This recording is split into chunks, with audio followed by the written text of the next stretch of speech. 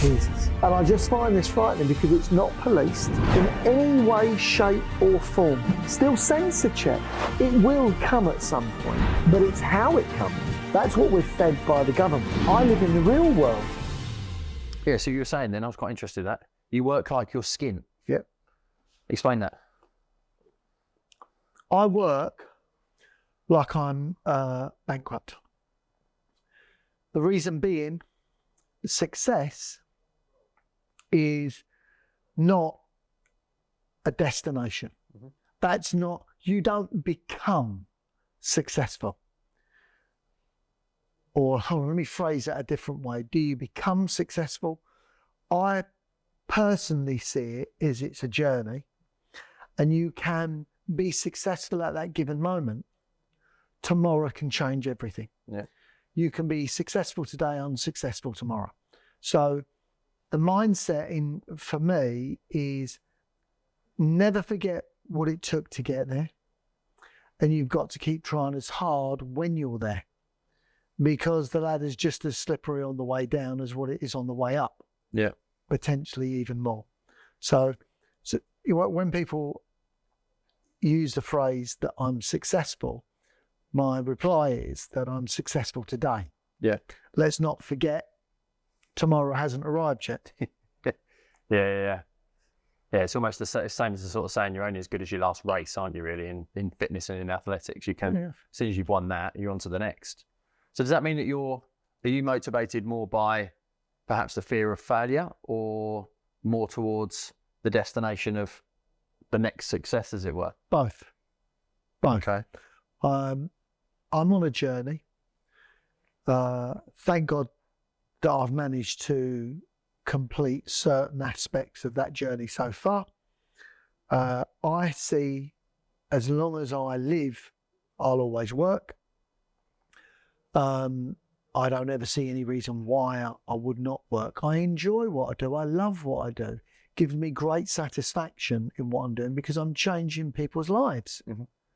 You know, we're providing affordable homes with quality of homes that are no different than any other bricks and mortar home, if not better. Yeah. So for me, that's true, affordable. And you said there about you're on a journey. What is the journey that you're on? World domination of the park home industry. Yeah. That's it. And where are you on that ladder of, we're the largest, say success, but on that journey? We celebrated our 100th park on Friday. Yeah. Our 100th residential park with 16,000 residents in the UK. We're the largest residential park home operator ever to exist in history in Europe. Now, there are some giants in America that are now worldwide. Yeah. And they're double, if not treble, the size of us. Do I think we can catch them? Absolutely. Why? We've all got a good engine. I've got a fantastic team that believe in what we're doing, believe the cause that we're changing people's lives. And housing is becoming more and more of an item of today that people want today, not tomorrow. Yeah. Not next year, not in 2 years' time. And the only way to actually provide that is by modular housing. And that's what park homes are. Yeah. You know, they come under the planning as a caravan, but they're built to British standards. I think it's 3632. I'm not quite sure what the regulation standard is, but it's a residential spec standard. You know, you can buy a new park home from us for 50% less than a like-for-like bungalow, with no stamp duty, no land registration fee. Electric is 28% cheaper on average. Council tax is band A, which is the lowest band. And do you really need to go on any further to have points? Is it for everybody? No. Some people would prefer to live in an apartment. Some people would rather live in a house or a bungalow that is, you know, in a community where they grew up. What we have is a new community spirit on parks where people want to live their life, where they want to enjoy their life, where they can sell up, downsize, put 50% capital, pay off their mortgages, and live the life that they should have. Everybody should be able to live a good life and actually have a great time. Now, does money give you a better life? Absolutely. Absolutely. And why does it give you a better life? Because it gives you freedom. Gives you freedom of choice. And what we're doing by allowing people to, I use the word downsize, but they're not downsizing. They're moving from a bricks and mortar property to a modular park home, which is basically a park home bungalow, and basically putting at a minimum £100,000, possibly £500,000 in their pocket. So do you find your major demographic then is the elderly generation? Because you mentioned downsizing. You know, why aren't first-time buyers perhaps looking at park homes as their Well, at the moment, route you can only get secondary loans. Now, there are two companies that do loans within the sector. One of them was Roy Scott Larch. The other is a company that we own called Best Park Home Finance. We only set that company up, but unfortunately, they're not that competitive in the mortgage rates of the box standard bricks and mortar. Why do I think that is? It's very simple. The government doesn't want park homes as the solution to affordable housing. The reason they don't want it, it's not financially viable. No stamp duty, no land registration fee. People selling up their bricks and mortar home, moving into a park home, and then the government don't get to collect their 40% death duties. So they don't want this as a solution because they're not making any money out of it. The people that are benefiting out of it is my company, but also my residents that live on the parks. Okay. You asked me the question, is it for the older community? Can I ask how old you are? 41. You're 41. So there's actually only 11 years age difference between me and you. You'd be eligible to move on to one of my parks. Right. I'd be eligible. Would you conceive us as being elderly? No, it's only because you used the word downsize. I attribute that with my parents who are in their 80s and are now considering a downsize, you know. So it was only that. But my point is, that's perception. And the perception is park home living is housing. It's quality housing. One of the other questions I get asked is, what about resale value? Park homes are just like any other housing. It goes up in value in a boom and will go down in value in a recession. That's the same as anything else. It has a value, but due to the consideration that it is a park home and you own the home and the park owner owns the land, and it is governed by a 1983 Mobile Home Act, which is in effect, in layman's terms, a leasehold agreement with no time frame. So you can keep your home on there forever, as long as you abide by the terms and conditions, and that works both ways. So when I used the word earlier, global domination, I'm deadly serious, because I can see that we are changing people's lives for the better, for the benefit of the people that are living on the parks. We've got a park near us, the Warren Estate is called, and they've got exactly the same, but they've got £1.5 million gym that they've put in the middle. They've got a residential community area that they have. People rent them out almost because a lot of them have got jacuzzis outside, so they use them as Airbnbs realistically to go and stay for 3-4 days, and they look amazing. But we have amazing. We have a number of holiday parks, which are lodges that we are very small in the market. We have 20 parks across the UK that are holiday. And we are now gearing up for next year, because there is a recession coming, for investments that people can buy static caravans or holiday lodges, which is different to the residential market. Let me make that absolutely clear. Yeah. Way different to the residential park. A holiday park, a residential park is two different things. Got ya. But with those, they're fantastic investments because you can get a return of what we've calculated of somewhere in the region of maybe 20 to 22.5%. Wow.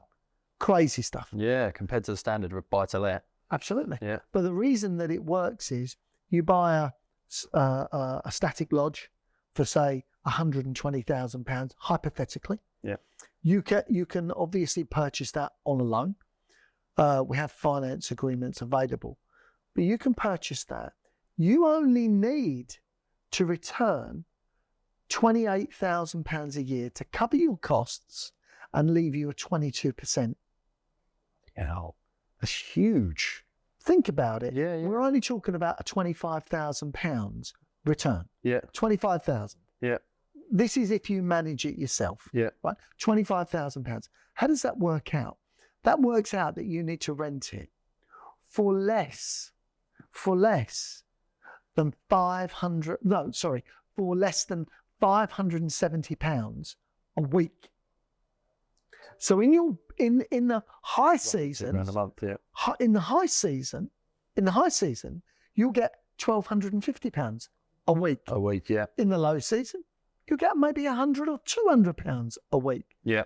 But balanced out on those figures, which we've worked out on prehistoric returns, and we're going to be opening that for people next year because we see that people are going to be in the worst recession you've seen, and that people will want much better returns on their money. And Wyldecrest has devised a way, or Wyldecrest Holiday Parks has devised a way to give that back. Yeah, amazing. So you mentioned recession there. Where do you think we are going in 2023 property-wise then? There's going to be a downturn. The downturn's already happened. Yeah. The downturn is here. Yeah. And we have the perfect storm. We have the perfect storm for a very bad recession. And what does that really mean in your eyes? A very bad recession. What does that look like? Hardship. Yeah. That's exactly what a recession is. Hardship. You know, the government likes to use phrases like, we'll need to all pull our belt in. There'll be some people strangling themselves with their belt. You know, economies are bear and bull markets. But you know, we have this accepted cycle of growth, cycle of downturn, cycle of growth, cycle of downturn. It seems to be accepted that that's the norm. The trouble is, governments are just businesses. They're collecting revenue to redistribute. Some of that revenue gets distributed correctly, and some of it gets distributed, in my opinion, wrongly. And we are voting people in to lead us. And what people like David Cameron has shown us, they have no faith in us, because he was the man that, by the way, I was a fan of David Cameron. Yeah. That asked for what he didn't want, got what he didn't like, and then threw the towel in.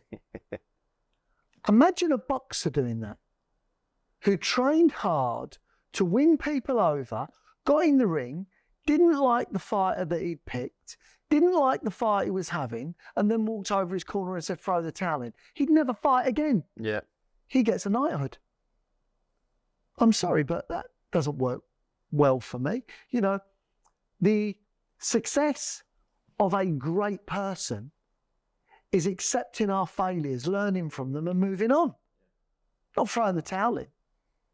So going back to economies, it's fine that we have great leaders, but what that taught me was sometimes our great leaders are full of bluff and bluster, and actually it's for their own opinion that they're selling. You know, if you're leading the people, is it what you don't accept what the people say? Now, I'm going to be honest with you. I voted to stay in, but I accepted that the majority wanted to come out. Yeah. If that's the vote, that's the vote. Let's get on with it. It's taken us, is it 5 years? I think 5 so, years yeah. to come out of the EU. Yeah. And they tried and the worst thing that I saw, at one time in our country's history, we needed to come together. At one time in our history, Labour, Conservative, all needed to come together. Instead, they didn't. They just wanted to have a fight. And Jeremy Corbyn, I've got to be honest with you, would have been the laughing stock of the world if he'd have got in. Yeah. He was my maths teacher. That was what he was, that knew everything but knew nothing. We as British people, and I'm a gypsy. Yeah. So we as British people have only just been allowed to celebrate success. Mm-hmm. Only just.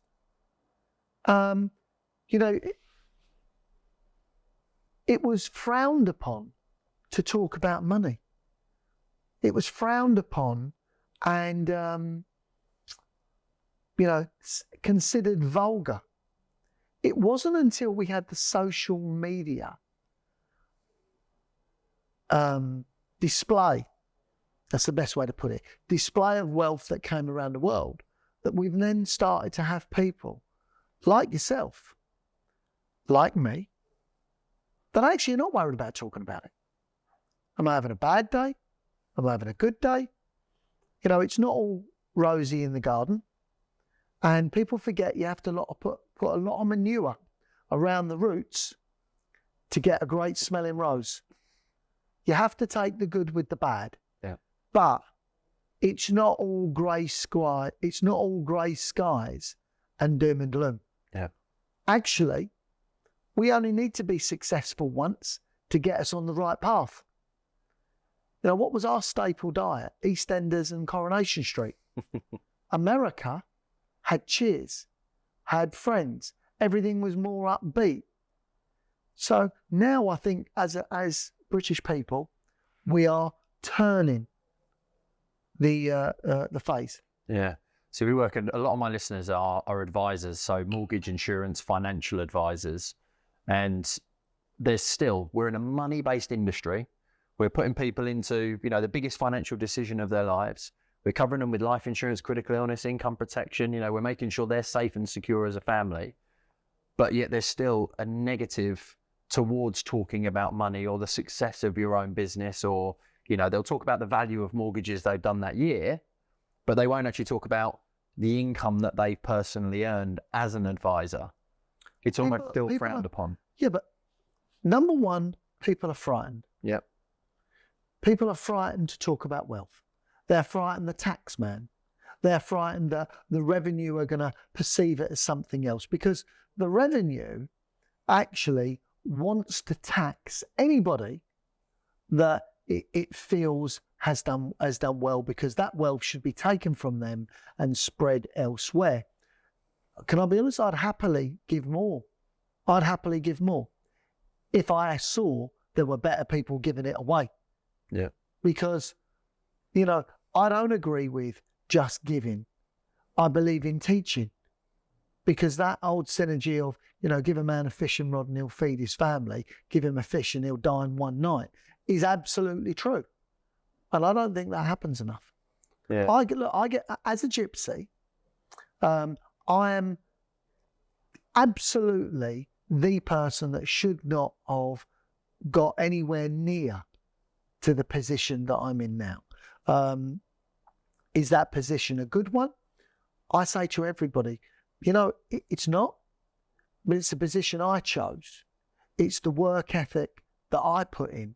I was with a friend of mine, speaks 7 different languages, educated to the top hell, went to the London London School of Commerce or the, I think it's what it is. Anyway, the college or school, sorry. Yeah. Well, it shows my educational background.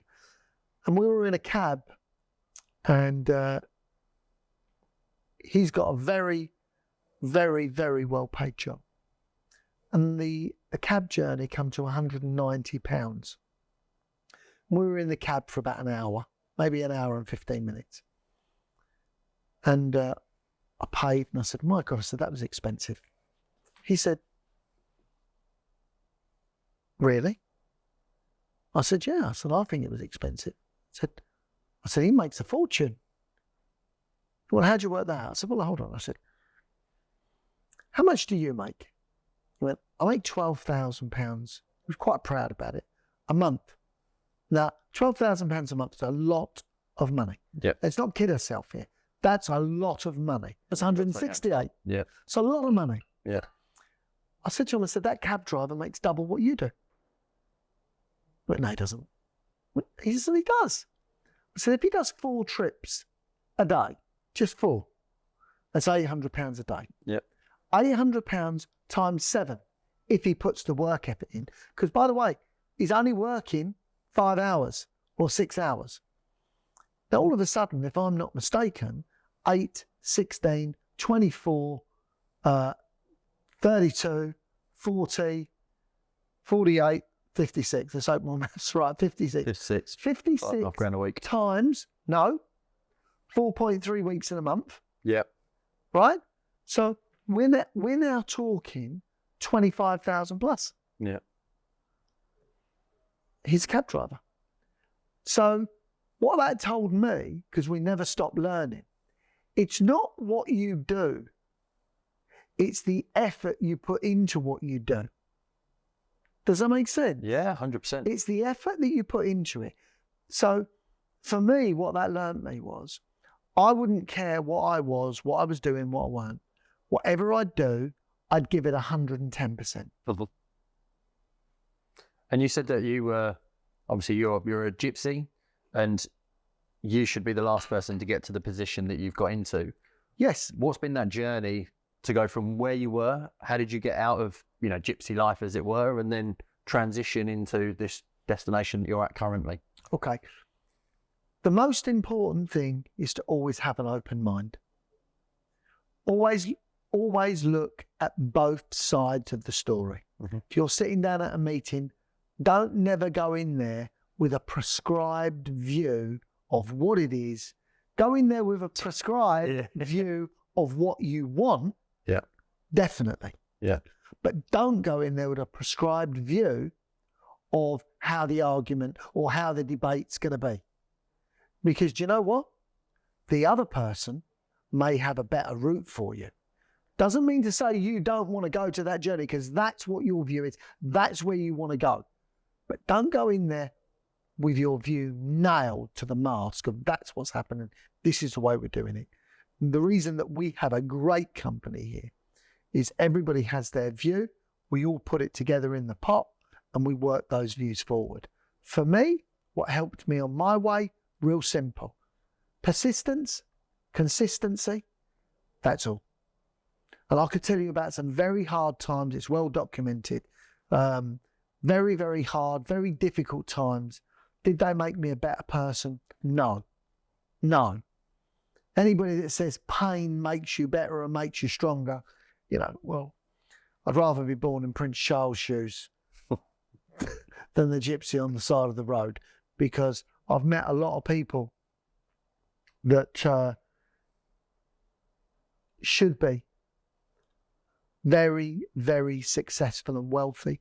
But like I said, success is blind and deaf. You don't just get to talk to it, or it doesn't get to hear you. It's something that you have to progress.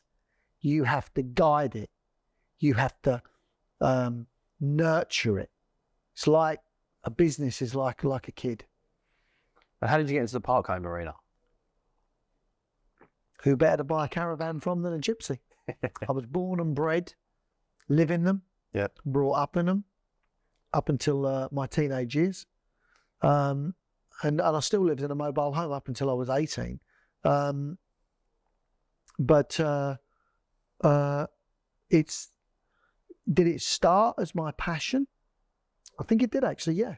Before that, I was in other businesses that I went to work just for the money. Nothing else, unadulterated money. I just wanted to do better. And I think that I then created a certain amount of wealth. And to me at the time, that was all the money in the world. And I bought my first park, which was in Romford.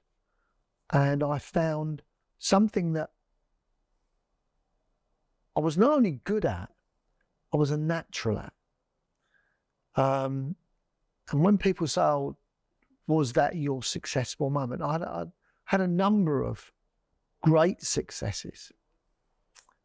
I'd also had a number of great failings. And a man that doesn't fail can never say that he learned, because we can learn by being successful. The pain of failure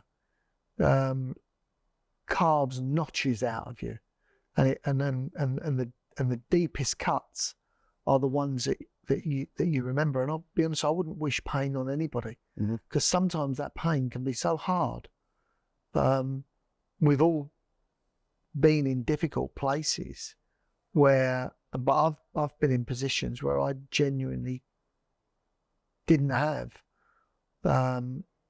enough money to buy a gas bowl, but you end up having to do what needs must at the time. Yeah, and a lot of people going into the recession next year and the hardship that we're going to have, they're going to be in that very same situation. Cost of living is absolutely through the roof currently. You know, my personal mortgage is due for renewal on the 31st of December. That's going up £600 because of the interest rate changes now. You know, for lots of people, that's going to cripple them.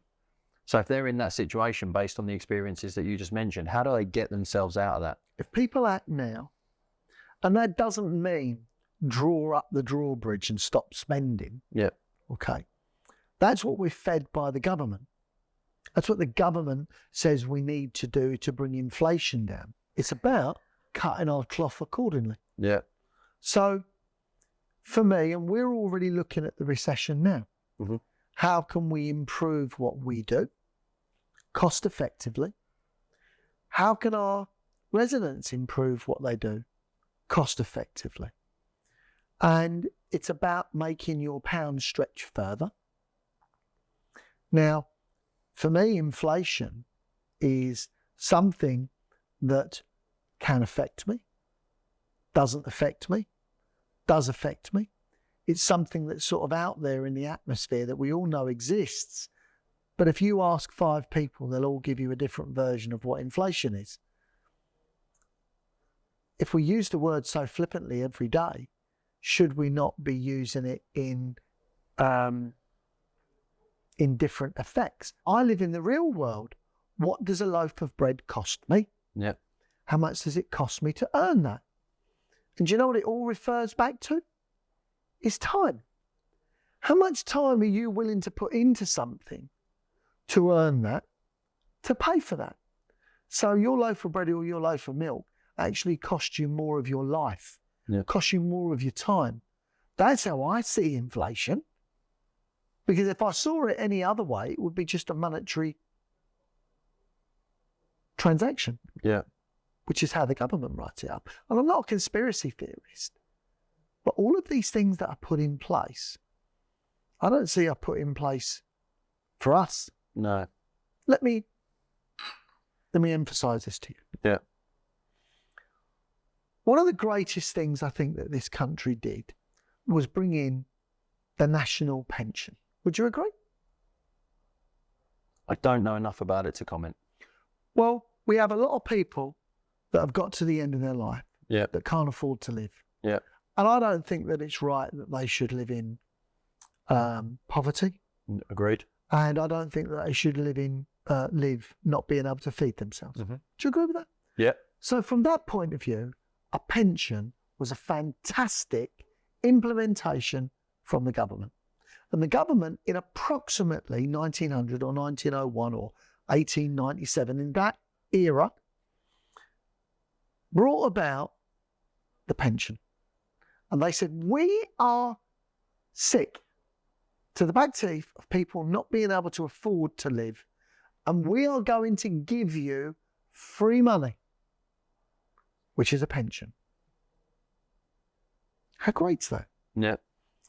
But all the people that work will have to pay into the pension for the people that can't.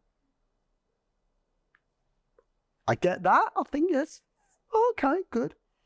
But at the time they brought it out, approximately, they brought in, it was 55 and 65 for you to be able to collect your pension.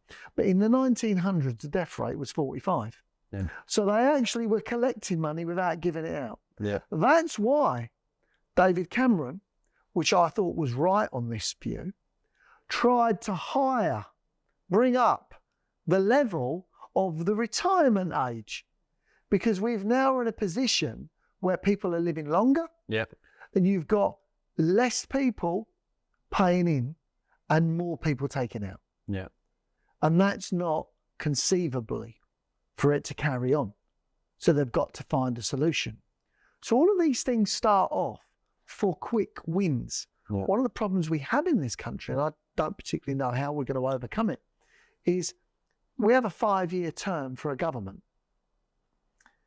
So really, we talk about long-term goals with short-term visions from the people that are in power.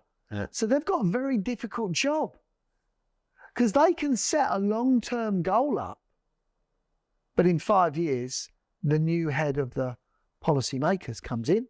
We don't like that. Scrap it. Change the whole lot.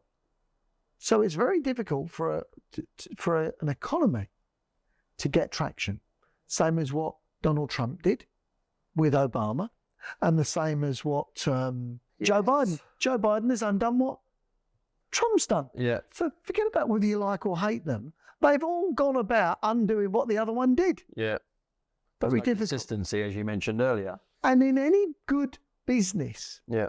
there needs to be a vision of what a great country could come with. Yeah. So in having that vision, as a country then, actually no, let's go down the business route, because I think you mentioned you fell into your passion in park homes, and you obviously got a vision of world domination, but you also said that you have the highest level of skills in certain areas, and the business and the vision meets those skills. What are those individual skills? You know, if you were going to stack your skills in terms of why this business meets those, what are your core skills that you bring into that? Me or my team? Both. Okay. Me, if we consider it in layman's terms, because I am a layman. Yep. As I left school with 2 GCSEs as well, so I'm not the brightest pencil in the pack. being a car, you need the engine, you need the gearbox, you need the clutch, you need the fuel, you need the seating, you need everything else to make it into a dynamic car. Yep. Those dynamics are my team. I'm the driver. The moment I take my foot off the accelerator, the car comes to a standstill. Mm-hmm. So a good car always needs a good driver. Well, what are my skills within driving that car? Seeing what's coming ahead. I've been through 3 recessions. Yeah. I've been burned by one very badly. Number 2, being a common person with a common approach. Somebody that has lived, breathed and slept and loves park home living. But more importantly, actually seeing from the ground up the difference that this makes to people's lives. Yeah. The difference that actually carries on within family, which we don't seem to be embracing that much more. Yeah. And my team see that. They see that I'm prepared to work as hard as them, if not harder. Yeah. They see that what we've done over 21 years has made a difference. Not just to the company, but to the individuals that live on our parks. Are all people happy on our parks? No. My job is not to make 100% happy. My job is to make 99% happy. Yeah. And if I can make most of my residents happy, then I've won the lottery. It's a lottery treble rollover by making the majority. As the great man John F. Kennedy said, it's only most of the people we have to please. Yeah, and I read something coming up in your lift. I think it said that you don't buy, it was either you don't build businesses or you don't buy businesses, you build or buy teams. Yeah. Yeah. So when you're looking at buying a business, what are you looking at specifically within that team in order to be able to help you achieve your vision? Who backs the company and who believes in the vision that I have? If they don't believe in the vision I have, how on earth can they support me or drive me? How on earth can I inspire them? Yeah. So it's important, do they have a job or do they have a goal? You know, should that person not be going home to their family? Mothers, fathers, uncles, aunts, mothers, wives, girlfriends. Should they not be going home to them and going, do you know, we're making a difference? Not every night, but once a week, once a month, you know, we're making a difference. This is what happened to me today. As opposed to going, I did a great job. I'm a pigeon in a box and I did a great job. I'm a cog in a wheel. What we do here is not only we want inspired people to inspire our residents that really know what we're doing. One of the things that we lack on here is communication. I think that could be improved much better to get the message out there so much more. Yeah. But I try my hardest to make sure that wherever I go, everybody knows what our goals and message are. And our message is live your best life. Yeah. That is our message. You know, everything, if you look around this building, you will constantly see small slogans or memes that are important because I think short, sharp, to the point helps people. And I don't want this to be my goal. I want it to be our vision that we're creating into a goal for everybody here. Yeah. Not everybody needs to be an entrepreneur or a business owner to be great. Most businesses are built of two people, a great manager and a great entrepreneur. And without either, the business will fail. Because entrepreneurs normally don't make great managers. And what do you think makes a great manager? Somebody who listens to their team, has good systems, process and procedures, but most of all is cautious. Yeah. Entrepreneurs don't tend to be cautious. They tend to be the ones that want to take the chance. Well, that's like having a horse and a jockey. Yeah. I actually see the manager as the jockey and the entrepreneur as the horse. Yeah. He's the driving force to get to that end goal and gallop him round there as fast as he can. I see the jockey as the one that's, you know, hedging the turns and, oof, that's a big jump, slow up. And that's what I see. Yeah. Do you think that's hard for most entrepreneurs to give up though? You know, I know for myself in my journey, I wasn't particularly managed. I wasn't able to be particularly managed very well. I never liked authority when I was at school or anything at all on those kind of lines. So it's almost going into the entrepreneurship or going into a business owner is because you almost don't like having that big brother kind of environment. Or do you think that's a struggle for most entrepreneurs to allow themselves to be managed in that way? I think we need to I think it's a struggle for anybody. Yeah. If we think we're right. Yeah. The art, certainly I've changed dramatically over my 50 years. And I'm certainly a different person I wouldn't say every 7 years, but every 10 years, I'm categorically a different person. Yeah. Am I a better person now? I think I'm a more rounded person now. I'm not, I don't agree with certain people that on YouTubes or podcasts that they do, where they're constantly looking to create a reaction, to create responses just for their own gain. Mm-hmm. When they're obviously great people, but business has changed so much now. We're living in a digital age. Yeah. And that digital age has created some fantastic businesses that were built solely out of marketing. Yeah. Solely out of marketing.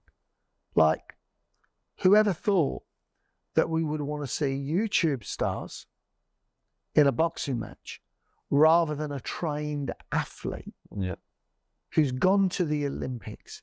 We're seeing more pay-per-view clicks for a YouTube star because they've had an argument than what we would a trained athlete. Now, don't get me wrong, I'm not saying some of them YouTubers are not dedicated to being boxers and have not, but one man has created it solely, wholly through hype and marketing, which is great. And I'm saying that's a good thing, not putting it down. To one man that gave his life to the sport from the age of, say, 6, and I'm using several different people. Yeah. And I think, wow, that really does show you the power of social media. Yeah. I'm not sure about yourself, but sometimes I don't get to watch a lot of TV. But because our phone is with us constantly, we're always, well, what's that? What's the? And it's actually something that I never thought that I'd see. And I started off selling mobile phones. Yeah. But I never thought the mobile phone would be so powerful as what it's become. We get withdrawal symptoms if we lose our phone now. All of us. We get, where's my phone? Yeah, it's a crazy, crazy world. Attention is the new currency is kind of the phrase that's being bandied around online. So I've never heard that one. Tell me. Well, just the bigger the audience that you have, much like you were talking about, KSI and some of these fans, attention is the new currency in the sense that you could, as long as you build a bigger social media following, the more you're known, the more you're out there, the more opportunity you've got to then, the longer you build that audience for, you're building reciprocity, therefore you've got a higher chance of the ask. Look, I'm a fan of the digital age. Yeah. And the reason I'm a fan of it is it leads to one of my beliefs, which to be wealthy, you should look to take £1 off of 1 million people than what you should take £1 million off of one person. So that I'm with. I'm not very good at digital, and I'm really not. But I embrace it and I love it, and I think it's a great outlet. And I think there are some phenomenal aspects. The one thing that I don't like about it is threefold. Number one, people that try or do create hysteria to create a following, which leaves vulnerable people exposed that they're speaking the truth. And actually, that's the first. The second is that it's the most, where in our lifetime did we ever believe that we would go to the newspaper to see if it was true? And we go to Google. Yep. And nobody... TikTok now. Really? Jesus. Yeah. And I just find this frightening because it's not policed in any way, shape or form. It's not policed, whereas newspapers are still governed, still censor checked, and still get hauled over the coals. It will come at some point, but it's how it comes and how they're going to do it. And I actually can't see how you could potentially not unless they bring some sort of great algorithms that can police it. But then does that not then create more control? Yeah. Because what the internet, social media part of the internet has allowed people to do is be very boisterously, men and women, very boisterously outspoken, whether it's true or not. So we finish off with a bit of a quick fiery kind of few little questions. Far away. So I think I saw somewhere that you've recently become a billionaire. Our company is valued at 1.2 billion. Yeah. And what does a billionaire know that a millionaire doesn't? You're asking the wrong person, because I think everybody knows. But what I will tell you is, if somebody is truly a billionaire, they calculate their wealth correctly. And I don't have massive wealth. I have massive assets and businesses that are there. You know, people forget what the difference is between currency and wealth. You know, currency is a tangible, you know, money, or it's not even money anymore. It could be a digital, it could be anything, but it's a tangible wealth that you can basically explode in spending within 12 hours. That's what I see as currency. Yeah. Wealth is a different thing. Wealth is, you know, what you've built, what you have. And I hear many different phrases of what it is, but look, we have a great company that's done well. Where do we get the value of that company is real simple. We have £800 million worth of assets, property, you know, the whole shooting match. That's the value of it. And the rest is made up by our brand, our trading, and our forecast going forward of what the value of our business is. That's the real, but I'm a realist. Mm-hmm. You know, that comes with a lot of problems. It comes with a lot of problems of you are constantly exposed. And the reason that I'm so outspoken about it is what I say to anybody: go and check yourself. Yeah. Don't make the figures up. Go and check and you'll see what they are. Yeah. And then with regard to lending, you know, I heard on a podcast you've been on previously that your borrowings have been less than 11% now. So how have you managed to grow the empire that you have and the $1 billion business that or the £1 billion business that you have by keeping your lending so low? By giving up what I didn't want mm-hmm. to constantly reinvest back into the business. Yeah. It would have been very easy for me to take massive dividends. It would have been very easy to buy half the parks and keeping most of the profit. Every penny that we've had has we've reinvested. And there's two sides to a property story. One, I think it's Rich Dad, Poor Dad, Robert Kiyosaki, Grant Cardone share the method of don't own your own home. You know, you buy a £1 million house or a £500,000 house or a £250,000 house. If you buy that, you'll leave an asset money that's not technically working for you. Whereas if you rent your own home and you invest all your money, you know, you're then able to make that money consistently and constantly work for you. Where do you sit on that fence? Real simple. It's not one rule for every person. And remember this, the speech that somebody's preaching is for their own benefit, not for yours. Mm-hmm. If it was for yours, they wouldn't waste their breath. Not unless they were getting paid to do it. So for me, where I sit on that fence, no. Historically, people are not great savers. So by owning your own house, I believe it gives you a platform to be able to pay the mortgage off. And by paying the mortgage off, gives you a platform to own your own home. Mm-hmm. That will then give you the nest egg that you've worked for all your life, to give you the life. Look, not all of us are going to become ultra wealthy. You know, some of us need that criteria of platform. Have you never noticed the longer somebody rents, the less chance they ever have of owning a home? Yeah. So do we really need somebody preaching to us? Give it to me. Let me invest it for you. I can do such a great job because you're such a dumb person. Mm-hmm.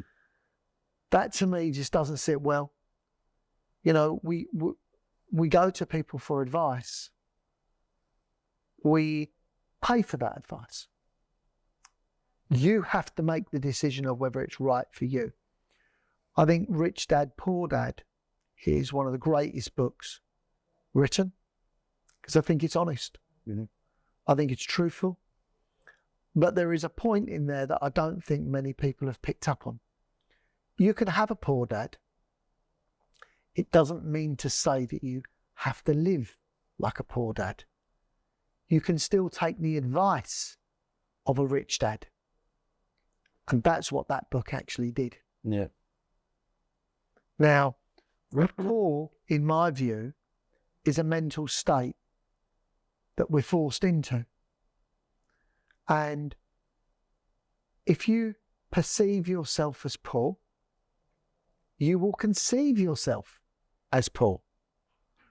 The most important thing is to associate with people that are always the next step up the ladder. If you are the smartest man in that room, then you're the dumbest man because you're not growing, but everybody else is. Yeah. Because they're growing off of you. Where I see people constantly banging stuff on the internet, you have to make a choice. Is that for you? I see a lot of people get criticised for the advice that they give out. Don't listen to it. Don't accept it if you don't like it. You know, that's my view. Yeah. And you mentioned there. Does that answer your question? Yeah, most definitely. And you mentioned there as well, interestingly, around not being the smartest person in the room. Where have mentors or coaches or those individuals been in your journey over the years? I genuinely try to learn something every day. Mm-hmm. Every single day, I try to learn one thing. Am I a great academic? Absolutely not. You know, I didn't have a lot of schooling, but what I try to do is hold my own, to be a sponge. Giving my view and doing podcasts like this is, again, not for me to be heard, because I'm not really selling anything. What it's actually for is for me to hear myself, to see what I've learned. Yeah. Because it's very rare people ever get to have these conversations of where somebody's asking you what you think. Now, you can do that around a dinner table, but that's a different thing. That's a guesswork platform. Mm-hmm. What this is somebody asking you a professional opinion. So you're then thinking of those answers before you give them out. Yeah. To me, that really does lead you along the right path, because it's very good and very easy to give advice. How many of us take our own advice? Mm-hmm. We're good at giving it, but very few of us are good at accepting it. Me being the same. Yeah. So I like to say, well, this is what I think, and this is what I've learned, and this is what I'm doing, because it then reinvests it back into me. Yeah, makes sense. And in 2023, where do you see the big opportunity for business owners or for self-employed people? Okay. This is what I think. Look, this recession is going to be a very hard recession because it's the perfect storm. Yeah. Low interest rates are still low, but going up. But they've not gone up by 1%, 2%, 3% like people think. They've actually gone up by 500%. 0.1% to 3% is a 500% increase. Yeah. People forget this. Yeah. So you look at those and you think, well, where is the opportunity going to be? It's going to be where somebody has over-leveraged themselves. I think there's going to be opportunities with cryptocurrency, because I think after we come out of this recession, which we will, it'll take time, it'll take a lot of pain. Do I think that, but the other thing, I also believe that people are more knowledgeable coming into this recession than before, due to people like self doing podcasts that are asking. And the best thing that I think you can talk about at this minute is not about how bad the recession is going to be, but what are the reactions for a recession? What are the positives that can come out of a recession? And for me, the reactions are this. We're reevaluating what we do. Yeah. And we're already putting interest rates up on ourselves to see how that will have a knock-on effect. Yeah. We've already halved our sales to see where that platform leads us. Yeah. On the other hand, we're also looking at where our revenue can be basically stockpiled, where we can get better funding. What funders are out there that are really looking to do business, or whether they're a pen pusher, which we know there are plenty of them, in banks, trying to keep their job, trying to do applications to shuffle them around the desk, knowing they're never really going to give you that deal because they know it first off, but they need to keep them on the treadmill. Yeah. So when their senior manager or director says, how many deals you working on? Oh, 34. Oh, gee, but no, that one's no good. That one's no good. And they'd rather say it's no good than get it wrong. Yeah. So they're not going to be as bullish going forward. So my advice on 3 fronts are this. Look at your businesses and your home style now. Increase your interest rates yourself and have a look at how that affects you. Be ahead of the game before the gate gets bolted. Yeah. Number 2, look at different banks and different funders and different wealth sources that are in the game, that are really in the game, and start opening those gates now. They're the gates you want to be opening. Yeah. Now. And that will give that person a lot of faith in you, knowing that you're ahead of the game. And thirdly, and fourthly, identify opportunities. And those opportunities should be real simple. You look at businesses that are going to be affected going into this. So we know that we have energy crises. We know that we have interest crises. Now, inflation today, RPI, Retail Price Index, has come down. Yeah. Only small. It was 14.2% in the last quarter. It's now, as today, been published at 14%. Now, that's a big, big dive down for this reason. We're heading into Christmas. Yeah. Historically, RPI has gone up. Yeah. So for that to even stay level is a massive downturn. Do you think there's any particular businesses that will be worth looking out for or investing in 2023? There are many different sectors. Yeah. But I'm of an old energy of look at what you know best. Yeah. Don't be the greenhorn going into a great deal, because if it's that great, why do all the professionals miss it? Yeah. Be the master of your own destiny. To be the master of your own destiny, you must have practiced it a lot. Stick to what you know. Look at the industries that you're in. There'll be opportunities. Yeah. Excellent. So this is the Pro podcast, and we came up with Pro because of our values, which is perseverance leads to results, which creates opportunity. What does being a pro really mean to you? Being a professional. Being a pro is being a professional at what you do, and you take it as a profession. To be a professional, you have to be a pro. To be a pro, you have to be a professional. That's what it means to me. Yeah. What would you say a professional is? What makes someone a professional? Somebody who gives their heart, soul, and life to something. An amateur, they're just playing at it. We're not playing, are we? No.